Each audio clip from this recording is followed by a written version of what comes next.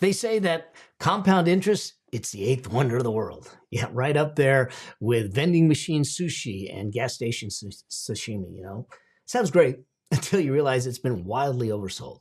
Here's the twist. Compound interest, it does work, but the way Wall Street sells it to you, it's like being promised a yacht, but then they hand you a pool noodle with a dream. Here's the thing. In this episode, I'm going to bust the biggest myth the financial industry ever sold you, and that is time alone will make you rich. We're going to unpack the difference and why average returns and actual returns are different and how it can wreck your total portfolio. We'll talk about the deceptive smooth curve of compound interest and compound growth, and I'm going to look at the real risk hiding in timing, aka sequence of returns. All right, here's the problem with the compound interest fantasy. See, the financial industry loves to parade around compound interest is like the miracle cure for your money problems. Now, I believe in compound interest. I love compounding. I think it's great. But we have to have a perspective about it. We've got to understand how it works and how to get it to work for us. And they say, well, just invest a little every month and boom, you're a millionaire. Well, it sounds easy enough until the reality hits in like a surprise CrossFit class. I mean, come on. Yes, compound growth is powerful. It's possible, but it takes time, more than people want to give it. It takes consistency, even when you don't feel like it. It takes discipline to not touch the money when things start to get messy, and they will get messy. That's just the way life is, and that's just the way the market is. And most people will literally lose faith in year 5. Why? Because it's not skyrocketing. Because there's this curve that goes slow at first. In fact, I'll draw this out for you. I call it in my book the wealth creation curve. And when you look at the wealth creation curve, it looks like this, and it goes up fast. Okay, but it starts off really, really flat. And there's a section of it right at the very beginning that is flat, and I call that the wealth flatline. And this is something that we're not prepared for. They don't tell us about it. But what happens is you hear people like myself that say, hey, just invest, just keep investing and keep going. That's the right advice, but we need to temper it with an understanding of what to expect, okay? Because at the very beginning of your wealth journey, it's like watching paint dry on a glacier, but then it speeds up later. Okay, because in this time frame, what's happening, and I've had this happen where people look at me and they go, Mel, I am listening to you, and I keep putting money in, money and money and money and money and money in. And after 5-6 years, they go, I made $67. You're a fool. What you talk about doesn't work. It does. But here's the challenge. Is that we don't tell people that there's the wealth flatline. It's why I wrote about it. I want people to be aware of what to expect in those beginning years. Because the wealth flatline, that beginning portion, is a situation where you're actually compressing a spring. You're just compressing a spring, and it's growing, going, and all of a sudden, you're going to release it. See, your wealth creation is not linear. It is exponential, but the only way it gets exponential is you have to get through the wealth flatline. And the only way to get through the wealth flatline is time and consistency. Because on the other side of this, of the wealth flatline, you can see that it goes up in an exponential rate because that's where your acceleration zone is. This is where, in the subtitle of my book, this is where your money is working harder for you than you did for it, okay? So the first thing to understand about compounding interest and compounding is that it's not linear. And at the beginning, it's going at a snail's pace, but it's doing its job. You're compressing a spring that when it releases, it's gonna rocket, okay? Because when you get to those later years, all of a sudden, the amount of money your money machine is making far exceeds the money that you can generate through your personal efforts. That's the gift, right? Now, there's some other things that I think we need to understand about about compound interest and how it's measured and how it's looked at. And that is something that is the difference between average returns and compounded annual return or annual growth. Okay. A lot of people, including myself, will talk about the average returns of the market.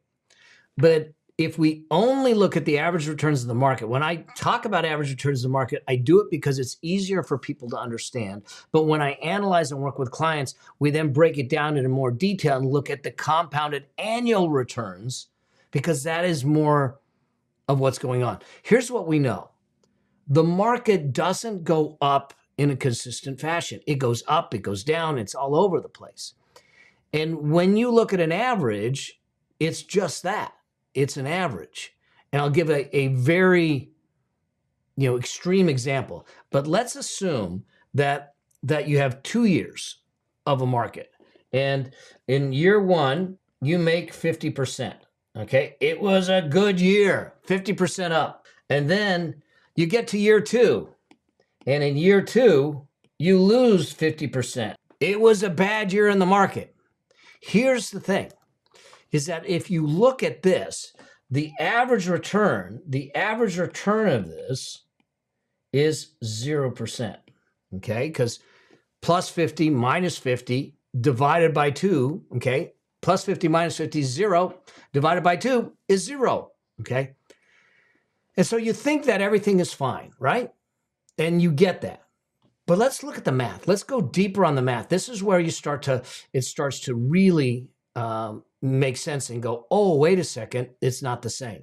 So let's assume that you start with $1,000. And in that first year, we go up 50%, okay? So now you're at $1,500.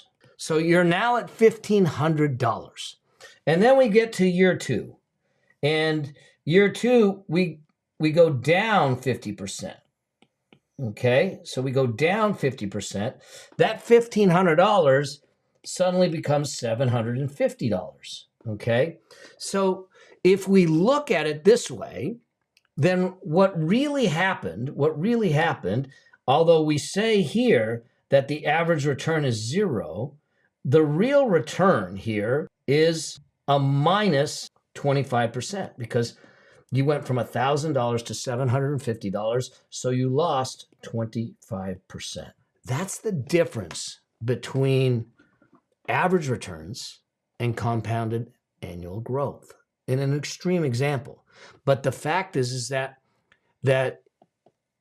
if we're not careful, we can think that the average returns are the gospel. And in extreme situations, it becomes financial gaslighting. We need to be aware of it. The average return is literally like sitting back and saying, I'm in an ice bath on my lower half of my body. I'm in a sauna on my upper half of the body. On average, I'm warm. It doesn't work that way. Okay, it doesn't work that way. So what we really want to do is understand what that compound annual growth rate is, because we lost 25%. Now, in order to do that, there's a calculation to get to compound annual growth. I'm not gonna bore you with it, but the compound annual growth is literally going to look at the difference between the $750 and the $1,000 over 2 years, and ultimately this translates over a 2-year period as losing 13.4% per year, a minus 13.4% per year. So in one case, the average is 0. In the reality, you lost 13.4% per year, okay? Why does this matter? Because retirement plans, investment projections, and everything, glossy fund ads often talk about average returns, which is fine. But I want you to start asking the questions and also look at the compound annual growth returns. Markets are volatile. Volatility breaks compounding, okay? If markets just did this, it wouldn't be an issue. But a 30% gain doesn't cancel out a 30% loss. It leaves you behind, Okay. So that's why we teach people to look at the real numbers. We'll start with averages, but at some point we'll look at things and say, let's look at the compound annual growth and do some realistic stress testing, because some of the averages aren't going to pay the bills. All right. But cash flow does. Let's make it done right. Now, the other part of compounding that we don't talk about, or they don't tell you about, and it's a sneaky thing. It's this wealth assassin that we just don't think about. And that is this idea of what's called sequence of return risks. Now, as you're building your wealth, it doesn't really matter as much because you're not drawing down the portfolio. You're not doing things in it. But if you start to draw down the portfolio, I remember when my father retired. Okay.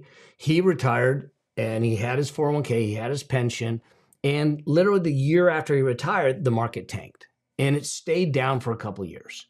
And what it did is it didn't destroy his retirement. It certainly had a material impact, let's just say. All right. Because all of a sudden his portfolio of assets that he was going to retire on went down. Now, the challenge is that if we aren't careful and we haven't built a plan in place to understand and take into consideration margin for volatility, margin for sequence of return risks, in other words, early losses in the early years of retirement, the drawing down of that portfolio is going to have a material negative impact on what you do. And so it's important for you to start to look at that. And I have an example that I'll walk you through, and I did it on another video, but I think it warrants really understanding how this plays out, okay? And that is this. Here's what sequence of return risk looks like. We take two people in the exact same portfolio. They start with $1 million portfolio, and they have the exact same returns year by year, but the returns are reversed. So you look at this one, and in the good years first, so they have a big return, they have a negative, then they have good returns, and they have a negative, okay? We reverse that in the second one where we start with a negative, then small return, decent return, negative, and then the big returns are at the end. That $1 million portfolio, because of the sequence of returns, the $1 million in example one, the person that had the good returns first, that $1 million goes to $956,000. The second one, where they had the bad returns first, that puts the portfolio at $877,000. Okay, it's almost an $80,000 swing. Okay, 8% swing. Now that's over 6 years. Extrapolate that over a longer period of time. The point being is this: is that the sequence in which the market goes up and down actually matters. Because it's not the same number every single year, we need to be mindful of it, because if we're not careful, in one case, someone can exhaust their portfolio. In another case, they can have another decade or more to work from. So, and here's the interesting thing. The average returns for both of these examples are exactly the same. And that just has to do with the way the average is calculated. So it's something to be really careful about and understand that. So how do you fix this? And I think that this is the thing to think about, is that we don't rely on averages alone. We track real returns. We use compound annual growth, and we stress test the plan. We do it at least annually. I do it more than that because I'm checking it all the time because I'm a numbers nerd. But what matters is what actually hits your account. And if one year is 20% up and the next year is 20% down, they offset in averages, but they don't in reality. So one is to not rely solely on averages. Number two is to build flexibility in your plan. Build flexible income. This is where the whole idea of money machine comes in. Building a money machine at a level that you have margin for volatility. That means that you have diversified income sources, dividends, interest, and other income streams that you can work from. It's also why the wealth priority ladder is so important. It's, I talk about my putting a safety and an unshakable foundation in first. The first two phases of the wealth priority ladder is about creating a financial foundation where you don't have to take things at a loss. That means you're building liquidity, you have a comfort fund, you don't have destructive debt, and you have your peace of mind fund. I want that peace of mind fund pushed to 9 to 18 months, especially as you get out there in years. Because if there's a market downturn and you have the liquid cash to sustain yourself, you don't have to take a loss on the portfolio. You can allow it to recover while you're working on that. So we need the flexibility in doing that. Number 3, I want you to use buckets or time segmentation. I want you to look at things and say, my early retirement years need to be in a low risk asset bucket. In other words, that first 3 to 4 years in low risk assets. That's going to be high yield cash accounts, bonds, things like that, bond ladders, CD ladders, things like that. Okay. Because I don't want to take that money, the short-term money, on a roller coaster ride.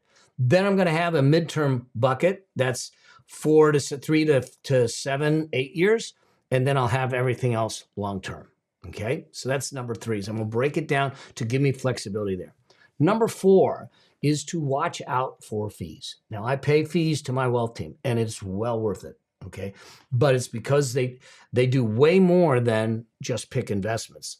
You know, we work together and we do a lot of other things. But at the beginning, until you have critical mass or you have complexity or you have nuances that you have to plan for, you probably don't need some sophisticated wealth team or advisor in there, because you can build a 1, 2, 3, 4 fund, maybe 5 fund portfolio and allow it to run. Okay. And as much as you don't think that a 1% fee sounds like much, it'll eat up to 20 to 30% of the portfolio over time, because it's a compounding thing. Okay. So this is the thing that we want to look at. It's how I would look at it. I think that compound interest is amazing. Compounding is amazing. It's not a scam, but the way it's marketed as the absolute can feel like a real con when you start to understand it. But now that you understand it, now that you have a perspective, you can look at it in the right context and know what it's telling you and how to use it to your advantage and what to expect. Because if you want a real shot at building wealth, then you need more than just time. You need clarity. You need a plan. You need guts to stick with it when the market throws a tantrum, and it will. And that's what this show's about. That's what building your money machine is all about. So listen, if you found this helpful, then do me a favor, hit the like button, hit the subscribe button, and share it with someone you care about. Okay. Let them know about it. Let's give them access to this, because I'm on a season of service. I want to help people find that path to financial freedom, just like we have and just like many of my clients have. Okay. I'm on a crusade to do that for 1 million families, and I want one of them to be you. All right. Until I get a chance to see you on the road to your financial freedom, as I always say, always strive to live a life that outlives you. I'll see you in the next one. Cheers for now.